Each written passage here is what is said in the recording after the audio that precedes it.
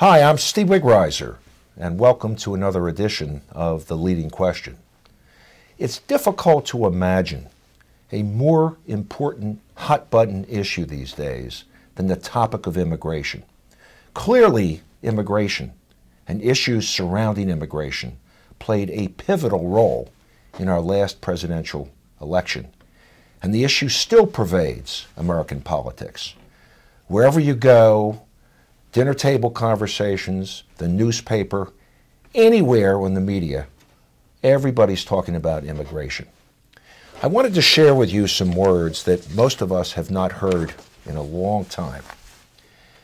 Give me your tired, your poor, your huddled masses yearning to breathe free, the wretched refuse of your teeming shore. Send these, the homeless, tempest-tossed, to me. I lift my lamp beside the golden door. We all know at least the first phrase to be the inscription on the Statue of Liberty. Clearly, this reflects an invitation for those abroad who are living in less fortunate circumstances to come to our shores, where they can experience all that America has to offer. So today's leading question is this: do these words still ring true today? Or, if the statue were to be inscribed today, would the inscription read differently? To talk about immigration with us, and perhaps to answer the leading question, I have with me today noted immigration lawyer David Piver. David, welcome to the show. Thank you, Steve. Good to be here. David, our custom is to start by getting to know you a little bit. So tell us a little bit about yourself, please. I've been practicing immigration law for 24 years. I have an immigration practice that is global in scope. We represent people all over the world, and yet we are located here in Radnor Township. My office has been here for all of the 24 years that I've been practicing. It's close to my home, and I represent businesses in the community with immigration legal needs, and I represent people all over the world with immigration legal needs. We have 4 immigration attorneys and a staff of very talented paralegals, and we do everything from visitors to asylum cases. Why did you decide to become an immigration lawyer? And I became an immigration lawyer because I wanted to help people stay in America. I wanted to help businesses learn how to bring employees to the United States. Immigration lawyers are the happiest group of attorneys I've met, bar none, because we're really helping people. Well, it's a very small bar. I mean, there are a number of corporate lawyers or lawyers that handle criminal cases. As you know, I represent individuals who are injured or families who have lost loved ones due to wrongdoing and negligence. And there are a number of lawyers who do what I do. Mm-hmm. Right? But it strikes me that there aren't that many lawyers who practice in your field. Am I right about that? That is correct. We're a very small bar. We all know each other. We help each other in Philadelphia particularly. I lived in China for 3 years, from 1987 to 1990. And I used to see lines wrap around the U.S. Embassy of Chinese people, literally huddled masses, trying to get into the embassy to try to get a visa to come to the United States. And I thought, I made a mental note to myself, that would be interesting to know. How do people come here? What does it take to be able to come to the United States legally? And I tucked that away, and then when I went to law school, I thought, oh, this would be an interesting area because I get to work with people from all over the world. Well, typically immigration law is not taught in law school, is it? We had one class on immigration law, and the rest of immigration law you learn pretty much by doing it. It's becoming a major topic now in law schools. I'm working with Villanova University, for example, right here in this township, that's developing a program for people who want to help immigrants but are not attorneys. You mentioned that you represent both individuals and businesses. That's correct. And I just want to separate that for a moment. Mm-hmm. So tell us about your typical individual client. Let's start with that. Okay. The typical individual client could be somebody who has gone away on a trip out of the country, fallen in love, and wants to bring somebody back to the United States to be their spouse. People think that just because I'm an American citizen, if I get married to somebody, that person must become a citizen. In fact, it's not that way at all. It's a much more complicated process, primarily because of the amount of fraud in immigration. A lot of fraud. So to distinguish the fraudulent cases from the real cases takes a skilled hand to do that. I'm guessing you're talking about arranged marriages or maybe sham marriages. Sham marriages, that's right. Where people try to take advantage of our immigration laws. That's correct. And it's, I have, from time to time, I'll have a client come into my office, a potential client come into my office and say, I've paid this person money to help me get a green card. A green card is permission to come and reside permanently in the United States, but you're not a citizen yet. You have to have your green card or your permanent resident status for a number of years, and then you can apply to become a citizen, even if you get your permanent residency through marriage. So many categories of how people come to this country, both legally and illegally. A company calls me and says, we have a computer specialist that we want to bring to the United States. Yes, I can help you with that.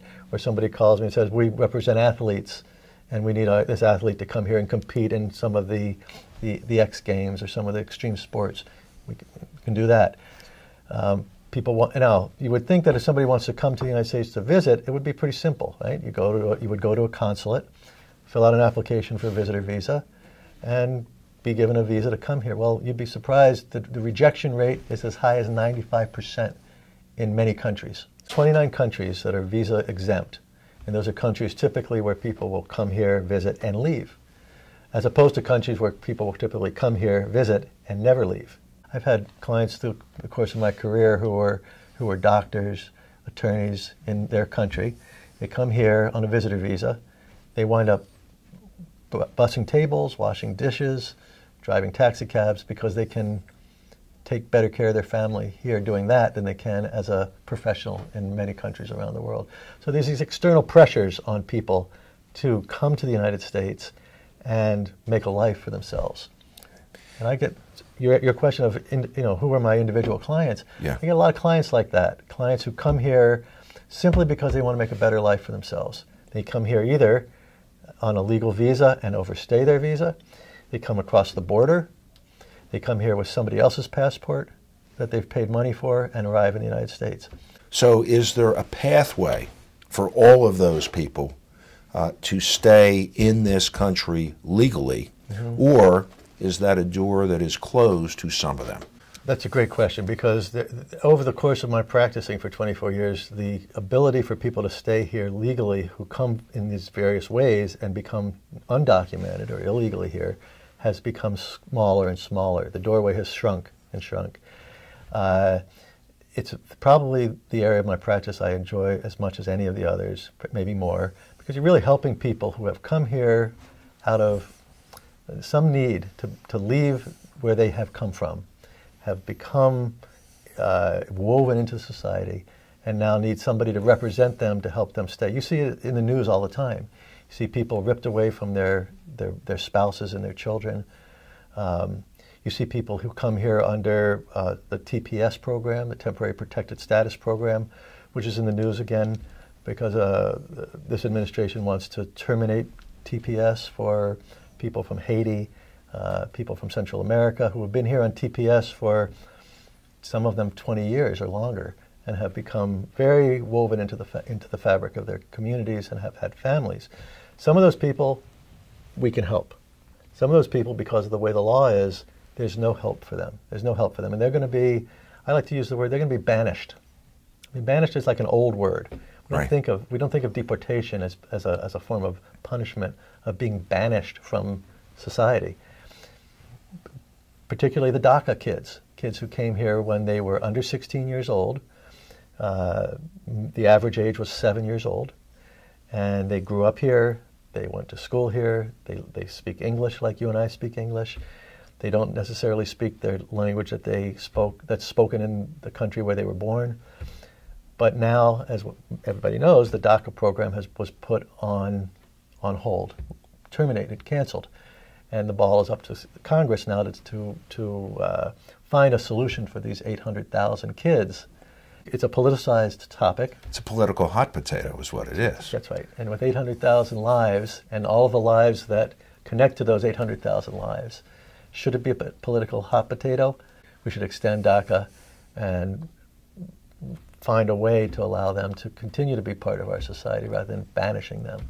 Right. Well, some would say that our president, knowing that it involved children who were very much Americans, right, rather than permanently dissolving the program, threw it back to Congress so that they could juggle this political hot potato and come to some conclusion. But I want to ask you a very basic question. If somebody wants to come here and live, regardless of their circumstances, right, are they better off applying legally, or are they better off getting here anyhow they can and then right, going to a lawyer like you? Right.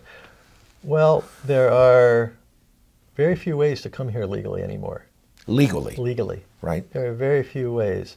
Now, some will argue that immigrants, whether it's grandparents, great-grandparents, or further back, really had a work ethic and helped to make this country what it is today and continue to do so. There's others that argue that immigrants take jobs from Americans. They're probably both right.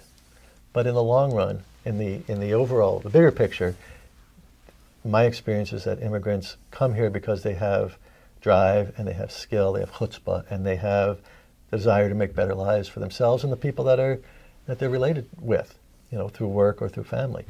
So to come here legally is difficult now. There's a limited number of legal visas, particularly through employment. The H-1B program, there's 85,000 visas per year. Is a visa a temporary privilege or is it a permanent privilege? This is a temporary non-immigrant visa. It's a visa that gives you permission to come here for a specific reason for a specific amount of time. And then you're supposed to leave when that's finished. On the day that the quota becomes available, the Immigration Service will get about 250,000 applications for 85,000 positions. Some people want to close that program down further, say we should make those jobs available for U.S. workers. They're living, unfortunately, in a fantasy, because the jobs that U.S. employers need filled, there are not sufficient skilled workers available for those positions. Well, you said something that was fascinating to me. When many of us think about immigration, we think in terms of individuals, some who cross the border without documentation, some who come here on some sort of visa or as a vacationer and then overstay the time period that they're legally allowed to be in this country. But you said that you represent a lot of businesses. Right. And I want to better understand how immigration laws affect local businesses. A lot of the need is in high-skilled employers, particularly in the IT field. There's just not enough U.S. citizens graduating with the kinds of skill set that, particularly in the IT area. Why is that? Has to do with our education system and what is valued. Our STEM, our science, technology, engineering, and math programs, people are just simply not as funneled into those as much as the demand requires. So many of our schools, many of our colleges and universities are filled with people from other countries. We educate them, and then we send them back to the other countries to compete against us. But it sounds like we need them here. We need them here. There's over 2 million jobs in the high-skilled areas where there's just not enough U.S. workers to fill those jobs. So it sounds like nobody from a foreign country is really taking a job away from somebody who was born here, right, because there are not enough people who were born here who are trained to fill those job positions. Do I have that right? You have that right, Steve. And there are people that would say you don't have that right. There are people that would say that foreign workers take job. If there's a position here and it's filled by a foreign worker, that means a U.S. worker is not filling that job. That kind of reductionist thought, it doesn't really reflect the reality of what I know I have employers call me all the time. We have this employee who's graduating from a university. We have this employee that works for us abroad, and we want to bring them here. Sorry, there's no visa available. What are the common misunderstandings that people have and who you encounter in your everyday practice about immigration law? That there's people coming to this country taking jobs. And in fact, they really are coming here and creating jobs. There's entrepreneurs who come here, start a business, and hire many U.S. workers. That's a big misconception. I think another big misconception is that people come here illegally because they're somehow criminals, or they're somehow bad people. 95% of my clients who I've met who have come here without a legal reason to be coming here are coming here because they're fleeing something terrible in their home country. They're fleeing the lack of economic opportunity. I'm shocked at the lack of compassion for the immigrant. I have not met anyone who doesn't recognize the right of a country to secure its borders. Absolutely. And I suspect you have no quarrel with that. No quarrel with that.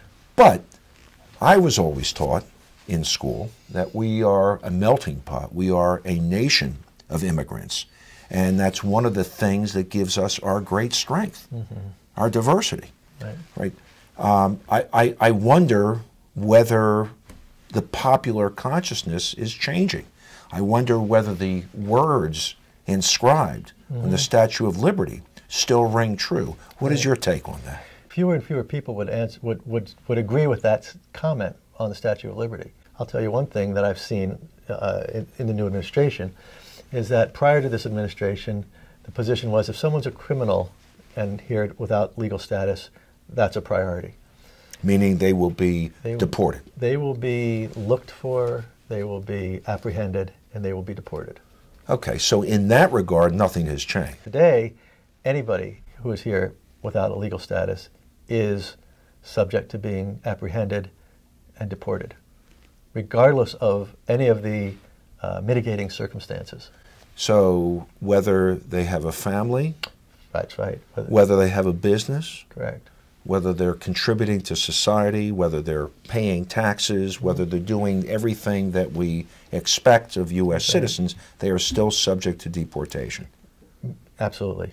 They're now subject to deportation, whereas prior to this administration, they would have been overlooked. They would have been allowed to remain here, even if they had been subject to a procedure that wound up with giving them a deportation order or a removal order.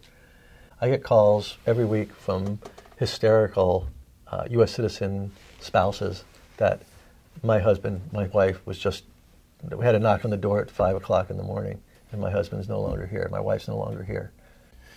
So, a family or an individual is woken up in the middle of the night, there's a knock on the door, and it's the immigration people, and they come and take a husband or a wife away. What happens to those people? Right, or a whole family can be taken away, including children who were not born in this country. Typically, it's going to be people who have already gone through an immigration process and have an order of removal.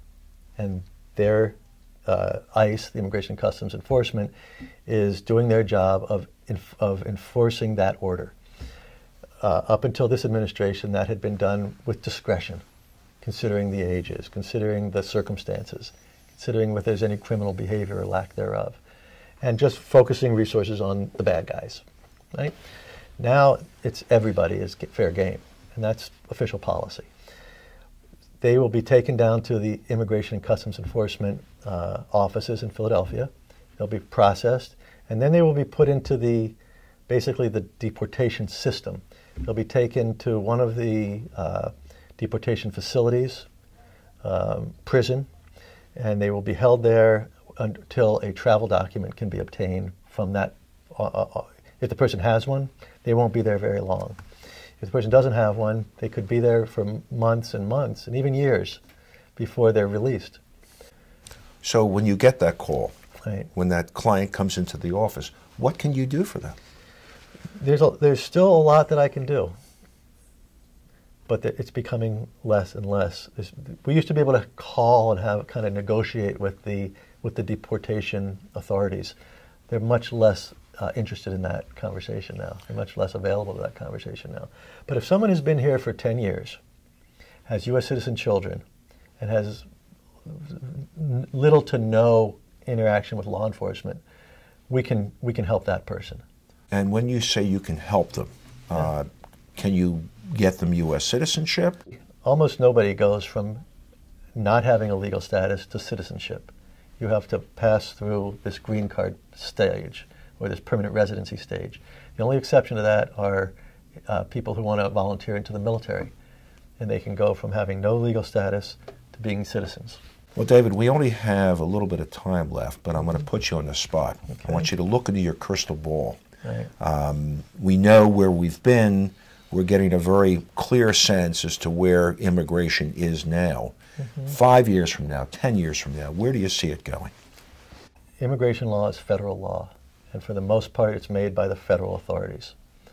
So if we have an administration in power that is more inclined towards being inclusive, welcoming diversity, seeking to act compassionately, and recognizes that most large businesses in this country also want more open, legal immigration, then we will have that. If we continue to look inward, if we continue to take a attitude that we just want to take care of this country and ignore the rest of the world, abdicate, in a sense, our moral authority in the world as the United States of America, then we will continue to see hardship, and we will continue to see shrinking opportunities for people to remain legally in this country and contribute to making this country a nation of immigrants. And we will turn our back on Lady Liberty. If somebody wants to talk to you more about these issues, how can they reach you? Well, my offices are in Wayne, the law office of David E. Piver. You can email me directly at piverlaw@aol.com, or just Google me, David Piver, immigration lawyer, Philadelphia. Okay, well, thanks. Yeah, thank you for being here. And to our viewers, thank you for watching. I hope you found the show to be enjoyable, and I look forward to seeing you again on The Leading Question.